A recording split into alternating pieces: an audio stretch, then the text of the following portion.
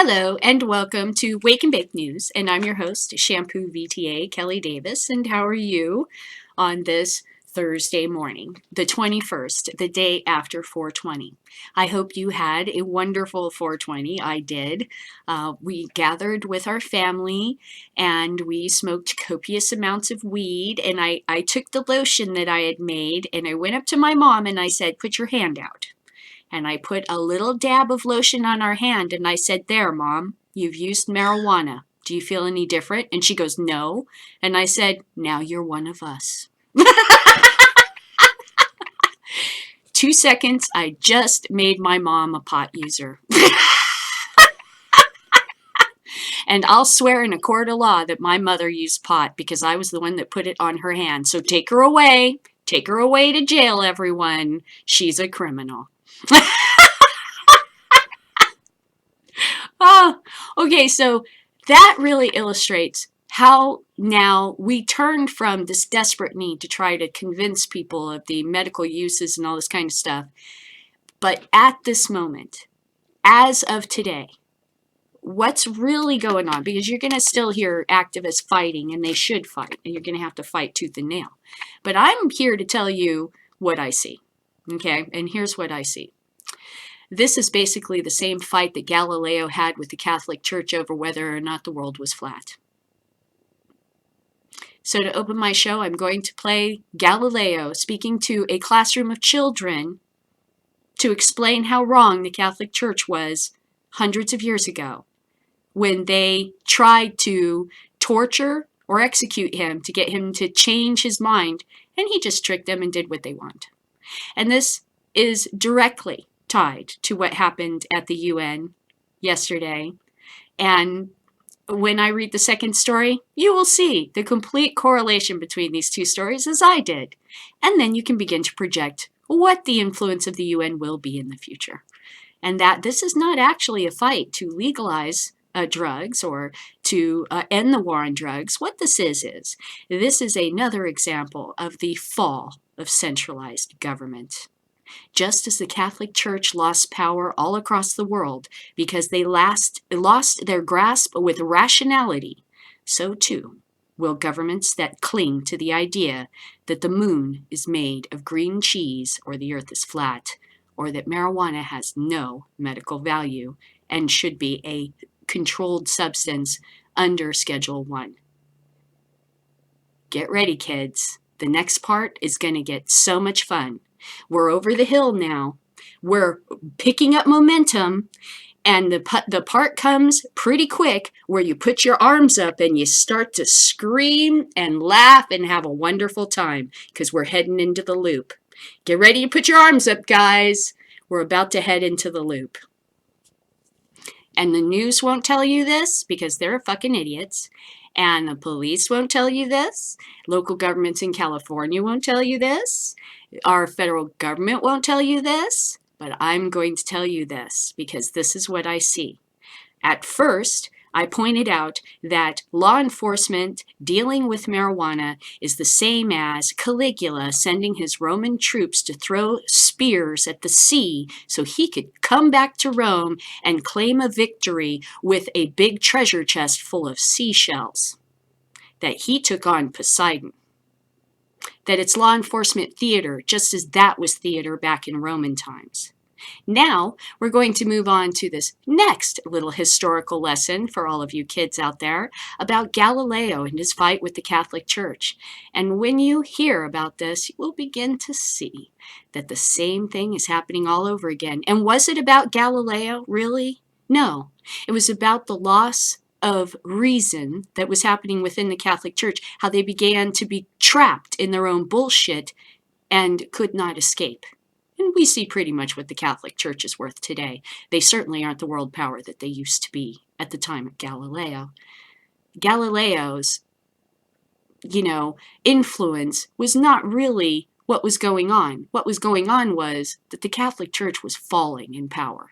And this was only a symptom, just as marijuana and medical marijuana is a symptom of the end of centralized government on our planet. And the reason is because we have created the internet and forced evolution past what humans were capable of. And now we have to decide what kind of government we're going to have for the next 1,000 years. And it won't be anything like what's existed already. And no one will tell you this but me, because they're stupid. No, honestly, that's what I think. I think you must be blind to not be able to see what's happening, or ignorant, or not well educated. And I'm not either of those. So let's take a look at that.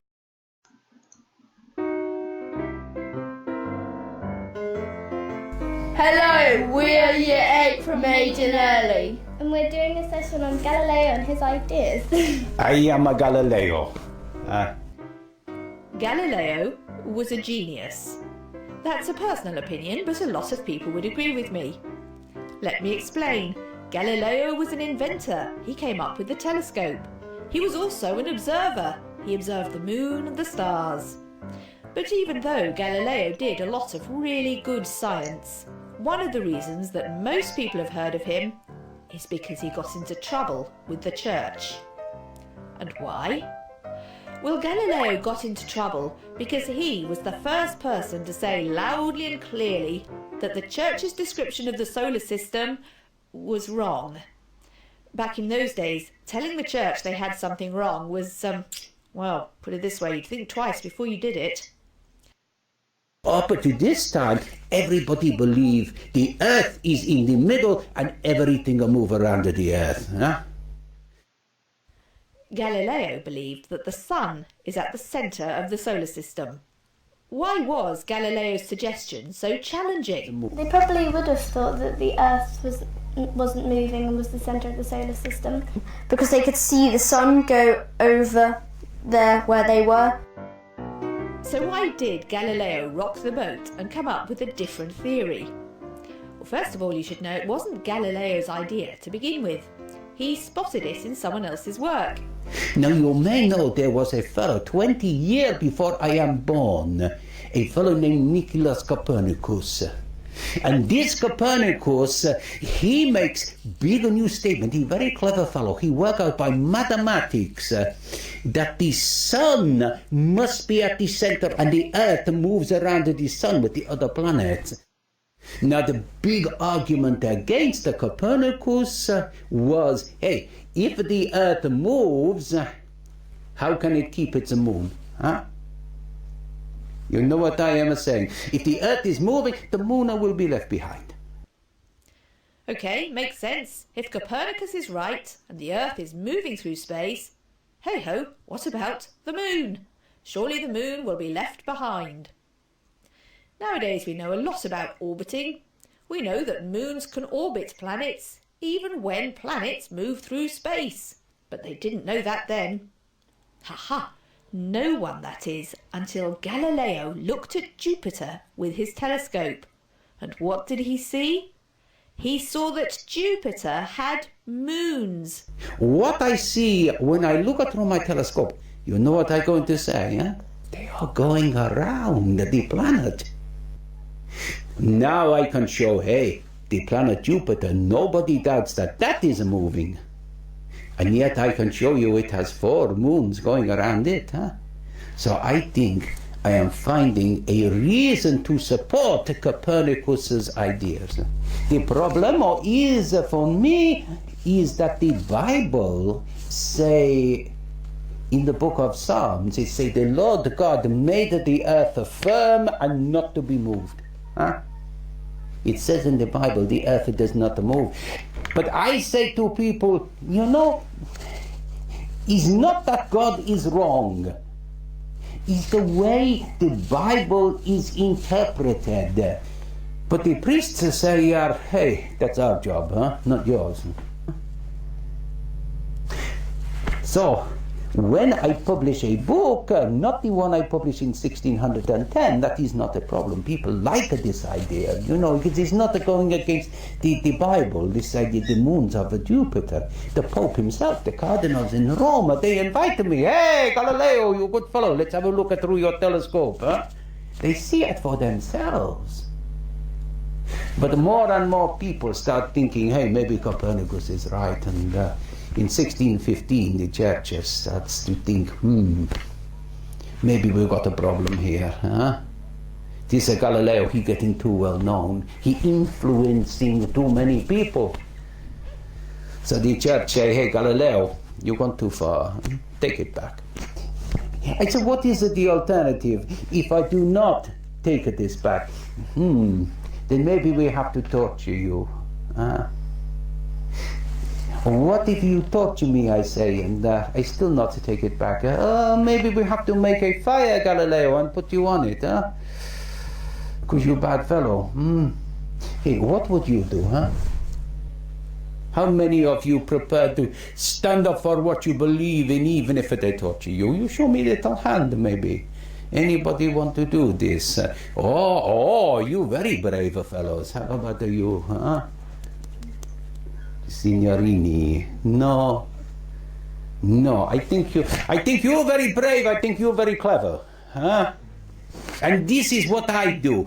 I give in to them. I'm sorry. Maybe you think I am bad for doing this, but I do not want to die. When I am asked to sign this, and I am not as brave as you see, I will say that I have made mistakes. I was trying to show off how clever I am. But there is one thing that they say to me.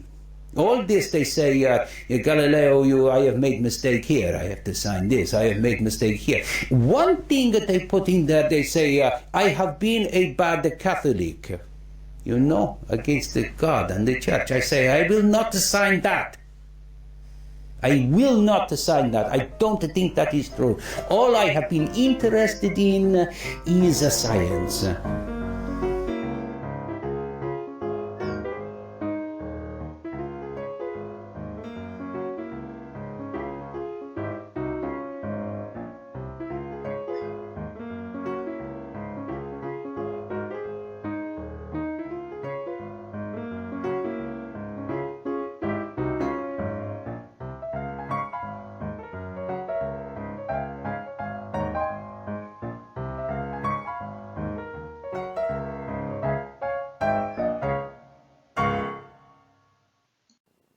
Now, there's a couple of things that they don't mention here.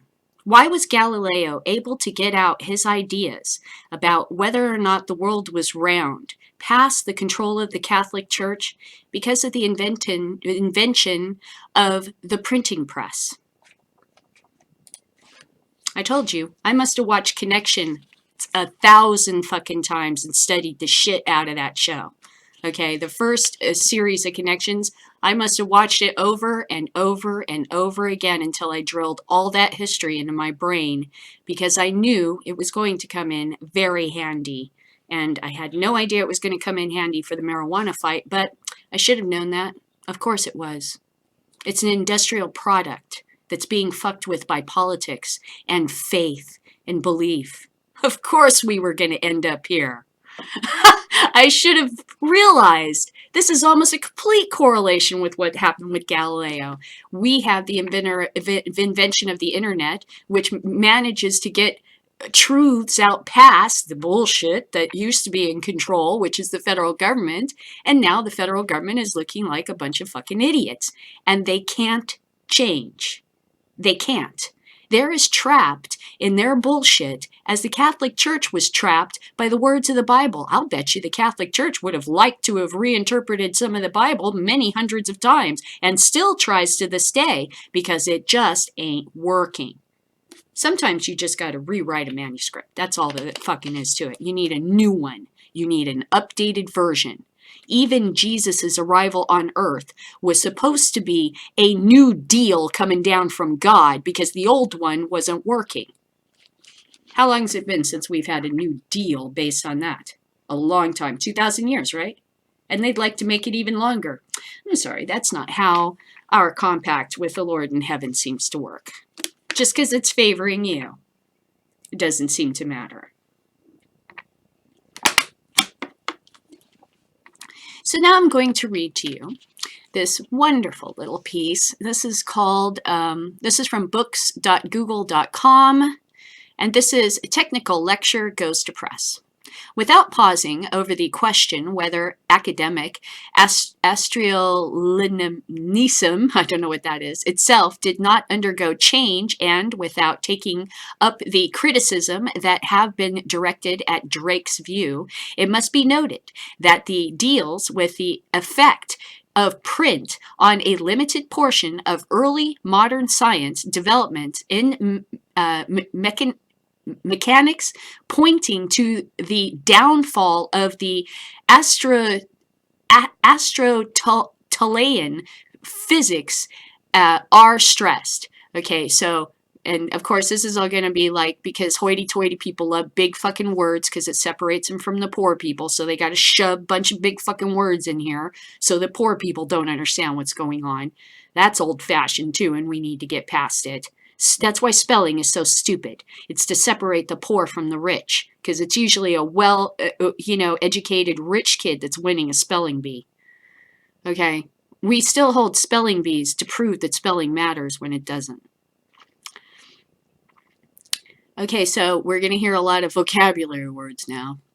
Vernacular translation by self-taught Asian authors such as Tartaglia looms large, but innovations in such fields as astronomy and anatomy, which were of equal significance in the so-called rise of modern science, are set aside, although the resistance of Padoon professors to Galileo's view is stressed.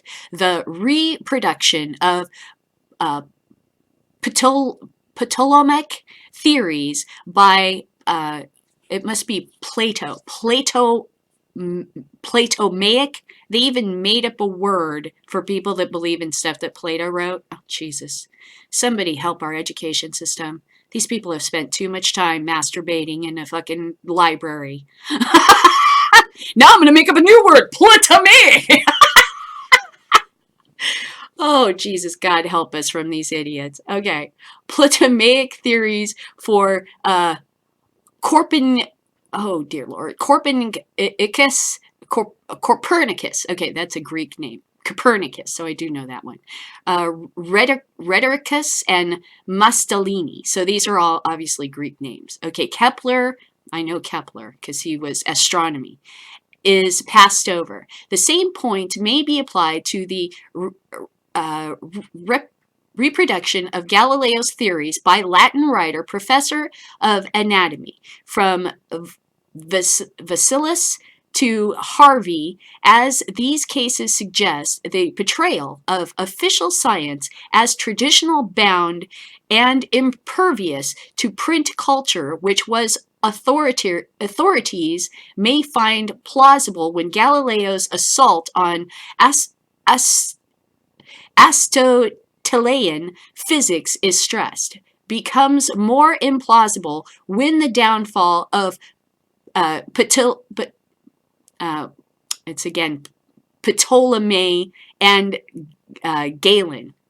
Ptolemy, that must be another Greek, is also brought into view. Even with discussion as restricted to Galileo's career, moreover, it seems unwise to place professors at too great a distance from printers. After all, Galileo himself, suddenly we have some language I can understand. We moved out of the vocabulary land and Greek names. Okay, Galileo was himself a Paduan professor when his first vernacular publication appeared. His exploration of publicity as a self-proclaimed inventor of the telescope also occurred while he was still holding an academic chair. His lectures at the university had to conform to mixed texts, but his freedom to publish was not thereby restrained. Interpretation based on the old polarities, which set the lay, humanists, and Florence again, the Aristotelian faculties of Padua are misleading in the regard. A recent article goes so far as to credit Florentine humanism with the capacity to have created a general reading public, to have provided Galileo with his audience, and to have rendered, and then it ends right there. Okay, so in other words, it wasn't just the printing press, but it was the Florence attitude towards humanism that allowed the people to have an active appetite for reading. And reading was something that was coming into popularity. More people were learning to read. It wasn't just something that was the rich. And for many years, it was only the rich that could read. It took years and years for, like, instance, in America, we tried to stop women from educating black slaves to learn how to read because the white slave owners knew that then they could read and write, they could send messages to each other, and that would undermine their ability to control them. So here, in this day and age, we have the internet. And our new argument on science is whether or not marijuana is medical, when obviously in history it's shown that. And we do have an active fight against us and against reason, but it's going to lose. It was always going to lose. It was just a matter of when, how long we had to wait, how many people we had to convince, whether or not they were going to use this trick or that trick. But sooner or later, they were going to lose. It was always baked into the pie that they were going to lose this argument, because it's a lie. That's how this is going to end, period. Whether it ends this year or 1,000 years from now, it's going to end with the federal government being liars, unscientific. And there's no escape from that. And now we're going to hear how that can be detrimental to an august body such as the UN, because it destroys their cohesion. Because when you have countries like the UK and Canada at such absolute polarity on marijuana, and they're members of the UN, and they can't even decide on this at a meeting of the UN, that means, guess what? The UN ain't long for this world. And its power is going the way of the dodo. Because so many people showed up to tell them they were full of shit that I think it shocked them. And they had made the decision on marijuana reform and drug reform months before this meeting took place, which makes it almost exactly like what happened with the Catholic Church. And so their end will be the same. It'll be fun to watch. So I'm going to go into the story. I just read the end of Canada while I said story. Astoria. See how my mind is like, I'm literally thinking of 5 different things at once most of the time. Okay, and sometimes you can hear it in my language, but my brain is working 3 different directions at one time. Okay, Canada's statement at this week's UN drug meeting puts the UK to shame. Not only that, but it shows that the UN is in great danger of not existing anymore in the future because there's no cohesion. There are vast chasms between many of the powers, particularly over this issue. tdpf.org UK. Canada's statement at this week's UN drug meeting puts the UK to shame. Our approach to drugs must be comprehensive, collaborative, and compassionate. It must respect human rights while promoting shared responsibilities, and it must have a firm scientific foundation. In Canada, we will apply these principles with regard to marijuana. To that end, we will introduce legislation to legally regulate cannabis in spring 2017 that ensures we keep marijuana out of the hands of children and profits out of the hands of criminals. While this plan changes the status quo in many countries, we are convinced it is the best way to protect our youth while enhancing public safety. Canadian Statement to UNGASS, UNIGAS. This week's UN General Assembly special session, Unigas on Drugs, which is currently taking place in New York, is the biggest international drug policy summit for a generation. Unfortunately, even before it began, it was all about certain that the meeting would produce no substantive changes to how the world addresses the drug issue, not least because the outcome document that the international community ratified at Unigas was effectively signed off more than a month ago as part of an opaque process that included more than 100 UN member states that sidelined civil society groups. As a result, this argument, which was supposed to be the whole point of the Unigas, was ratified at the beginning of this week's meeting rather than at the end.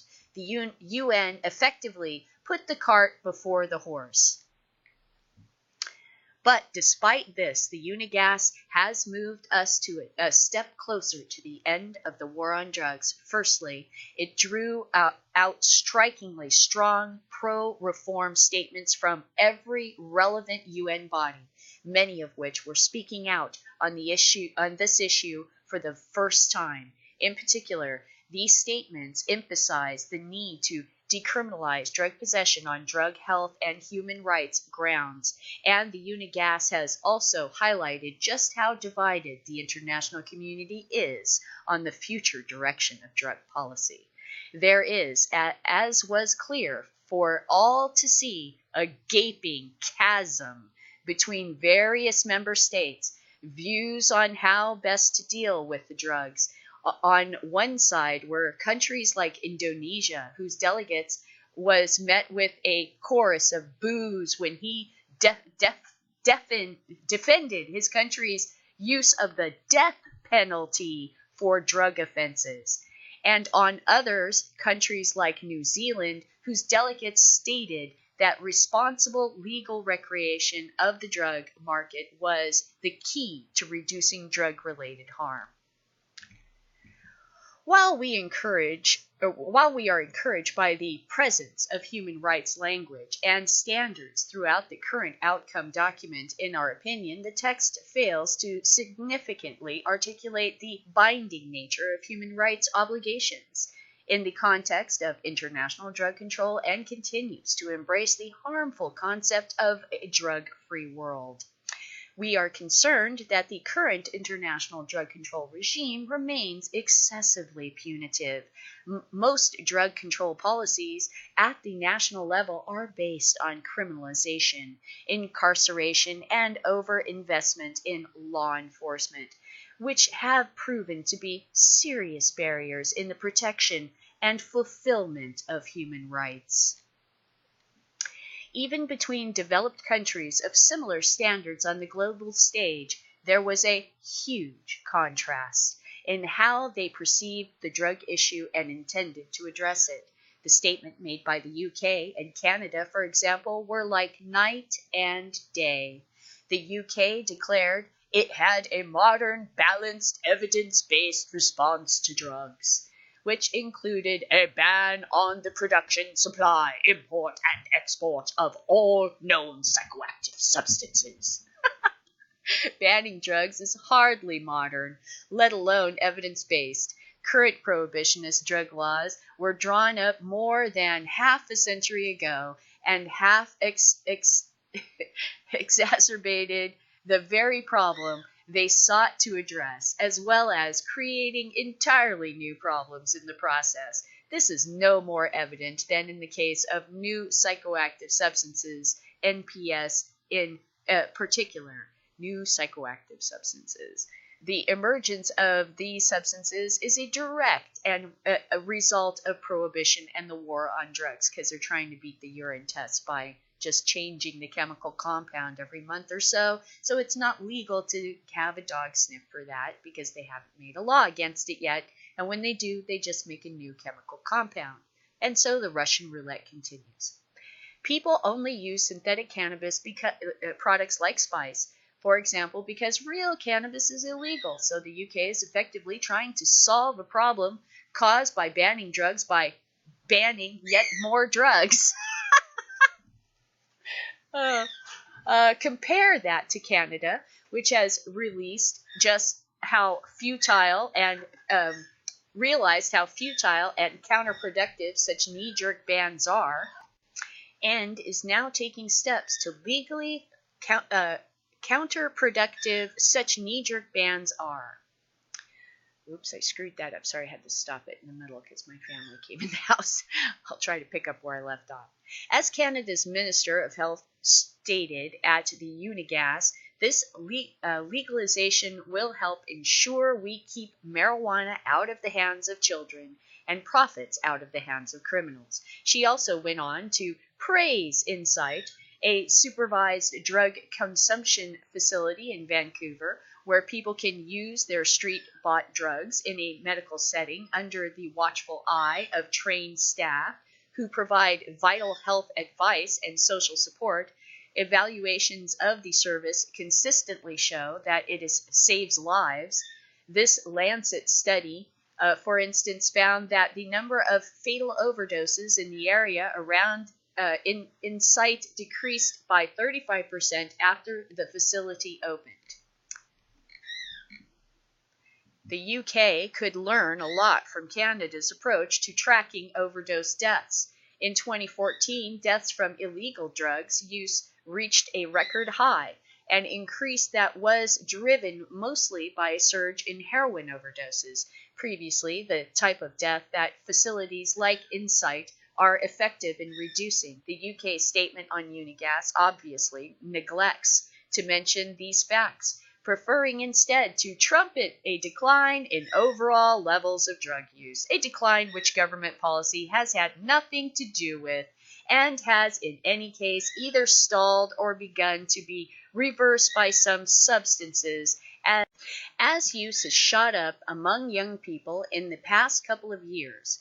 While the UK shied away from its failure to keep people who use drugs alive, which is surely the most vital aim of any country's drug policy, Canada addressed it head on, acknowledging the story of Donna May, whose daughter lost her life due to complications from drug use, and who is now campaigning for drug laws that support rather than stigmatize those most in need of help.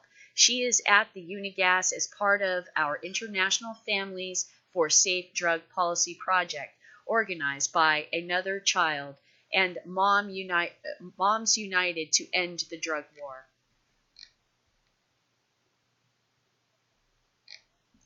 The UK could have done the same. It could have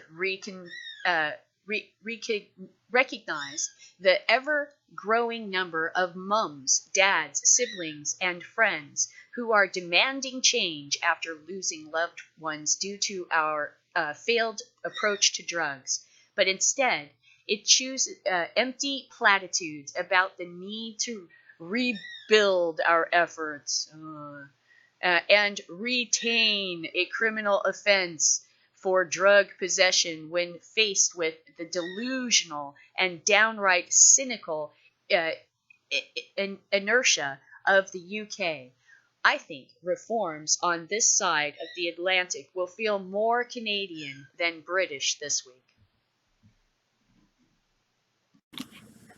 So I was so excited about the things I wanted to share and the ideas and where we're at in this battle that I totally forgot to tell you that I'm bankrupt today after 420, I believe I forgot. And I had a wonderful time and turned my mom into a stoner by putting marijuana lotion on her hand. So now she's one of us. She's used marijuana. Take her away. Take her away!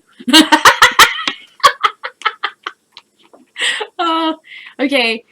I used up all my weed yesterday smoking, and we were watching Time Traveling Bong. It was great. We watched Doug Benson's show and stuff. So I was so excited, I forgot to tell you that I smoked my buds yesterday. And it was for a good cause. It was to share with everyone this chalice that we passed amongst each other, the peace pipe, and a celebration of our family, basically, because we're family. When we've struggled through this prohibition for years together. And it's made us very, very close. Yeah. Okay, so the next story I'm going to go into is Jamaica dropped the mic on 420 and told the UN to get its act together on weed, and basically did pretty much what Galileo did back with the church. Jamaica is now Galileo, and Galileo is now a black guy. And the church is the UN, and this ought to get really hilarious in the next 20 years. I mean, it's going to be so much fun trying to watch these guys backpedal out of being completely illogical and unscientific. And we could beat them with this for years. Oh my God, for years. Years and years. We could just say, oh, those idiots. Well, you know what they believe. So let's get into this. ViceNews.com. Jamaica drops the mic on 420 and told the UN to get its act together on weed. On 420, the unofficial holiday celebrated by marijuana enthusiasts around the world, Jamaica called for the UN to review its status of cannabis, questioning why the drug is still legally considered as dangerous as heroin under international law. Speaking before the UN General Assembly, Jamaican Foreign Minister Kamina Johnson-Smith said that scheduling cannabis as a dangerous drug with no medical use, a status that dates back to the 1961 Single Convention on Narcotics Drugs, is outdated and out of touch. We contend that the classification of cannabis under a single convention is an anomaly, and that the medical value of a substance must be determined by science and evidence-based analysis above other considerations, said Johnson-Smith. In Jamaica, she told delegates cannabis has been traditionally used as a folk medicine, as well as a religious sacrament, and adheres to our indigenous faith, Rastafaria. A day earlier, Johnson-Smith made similar remarks following the passage of the outcome document of the UN's special session on drug policy known as UNIGAS. The text is meant to inform global drug policy in the coming years. However, the document was drafted at the UN's Commission on Narcotic Drugs in Vienna, where no Caribbean nations has a permanent mission. Jamaica had to fly in a delegate from Switzerland to attend the negotiations. From Switzerland. The government of Jamaica, Johnson-Smith, said on Tuesday was disappointed that the document does not allow countries sufficient flexibility to design our domestic policies to fit national circumstances, including recognition of traditional uses of cannabis in our society. Last year, Jamaica reversed its national drug law to decriminalize the possession of less than 2 ounces of cannabis and create a legal regime to regulate its use by Rastafarian communities for religious purposes. The government also created provisions for medical, scientific, and therapeutic use, and an agency to oversee regulation of the plant. The current scheduling, which is predicated on it having no useful medical purpose, is obviously not tenable. Jamaica stopped short of creating a full legal market for cannabis, something Uruguay did in 2014, and Canada said this week it would undertake in 2017. 4 U.S. states, Washington, D.C., have done the same, and 24 currently allow some form of medical marijuana.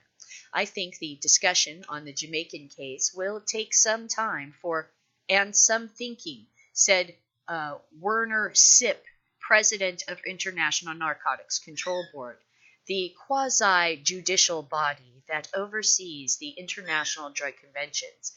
While he said that the U.S. and Uruguay are currently violating the conventions by allowing recreational marijuana use, he called Jamaica's case not as clear. Speaking on the sidelines of the General Assembly session, Senator Mark Golding, who was Jamaica's Minister of Justice when last year reform was passed, said he felt the UNIGAS outcome document has some nice text in it, but is still anchored in compliance with the existing treaty system. And that treaty system essentially requires the criminalization of non-medical or non-scientific use of cannabis. We feel that is not any longer a viable position, he said. In other words, it's horseshit.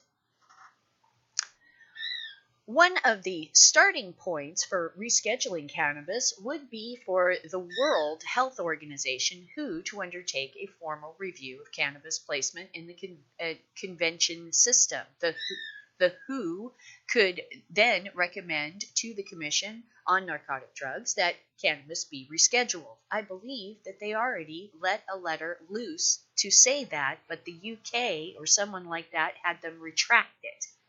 So they've already written a letter like this. But such an official review has never happened, in large part due to continued political pressure by countries with hard-line drug policies. Exactly what I said. Who tried to release a letter recommending the change, and one of the powerful players, either Britain or Russia, had it retracted. I told you this was a boss battle. This is where the real fun starts. Further complicating matters in the inclusion of Delta-9 THC, the primary psychoactive ingredient in marijuana, under a second 1971 convention. Rescheduling a substance on the 1961 convention requires a majority vote at the CND. Oh, no big surprise there. And 2/3 of the body's members would have to approve any alterations to the 1971 treaty. Golding said those hurdles are so steep that rescheduling ought to be possible. The only time I think America ever had it has to be all or nothing vote was when we decided to fight against England and become free of them in the Revolution. All other votes are much less. Even to vote in a union at your work site is only 50% of employees. At a side event on Wednesday, Jamaica's Deputy Solicitor General Kathy Ann Brown said that Jamaicans had long known cannabis as a plant with medicinal properties. Yeah, but they're black, and people from Europe don't listen to people of color. And that its traditional use should be recognized more explicitly under the whitey-white UN system. Sorry, I have to add that in because it is so blaringly obviously there. In Europe, where people are white, people frequently have a glass of wine with their lunch, and that is seen as use of alcohol, not abuse, said Brown. Where I come from, if you're going to feel like you have to have a bottle of alcohol every day with your lunch, you are in need of an intervention. That's the cultural difference I'm talking about when I'm speaking about us versus traditional. Use versus traditional. Exactly. This is what I deal with in the town I live in. They'll hand out free champagne to you on Main Street, but God help you to find a less dangerous drug in this town. And that's just California. So that's my show for Thursday. And I'll let you go, and you stay high, and goodbye. And if you have any weed left, please enjoy it. Think of me. Share with somebody if you can. Make somebody feel good about themselves. Don't let some bully pick on someone that doesn't deserve it. Stand up for that person, because no one has stood up for us. And we've been picked on by bullies. And now our job is to look out and make sure bullies don't pick on any fucking buddy else like this, because we've had this experience. We know who the bullies are, and we know what they like to do. So if anybody needs any friends out there, you can turn to us marijuana smokers and users, because we've had the federal government and the UN bully us. And we know they like to bully other people. And we would love to help you beat the shit out of them on your cause, whatever it is, because look what they've done to us on this. They fucked up so hard, they won't be able to fix this for at least a good 30 years. They'll have to wait at least till 2 generations of people are dead before anybody forgets how badly they screwed this up. they're in a lot of trouble. And they know it. That's why they made the decision about this UN meeting, Unigas, months before it actually took place, because they knew they were in big trouble. And that trouble just got bigger. Every day is just getting better and better for us. Hold your hands up.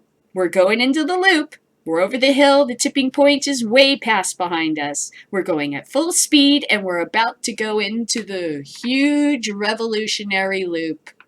Put your hands up. Get ready to scream and laugh like you never have before.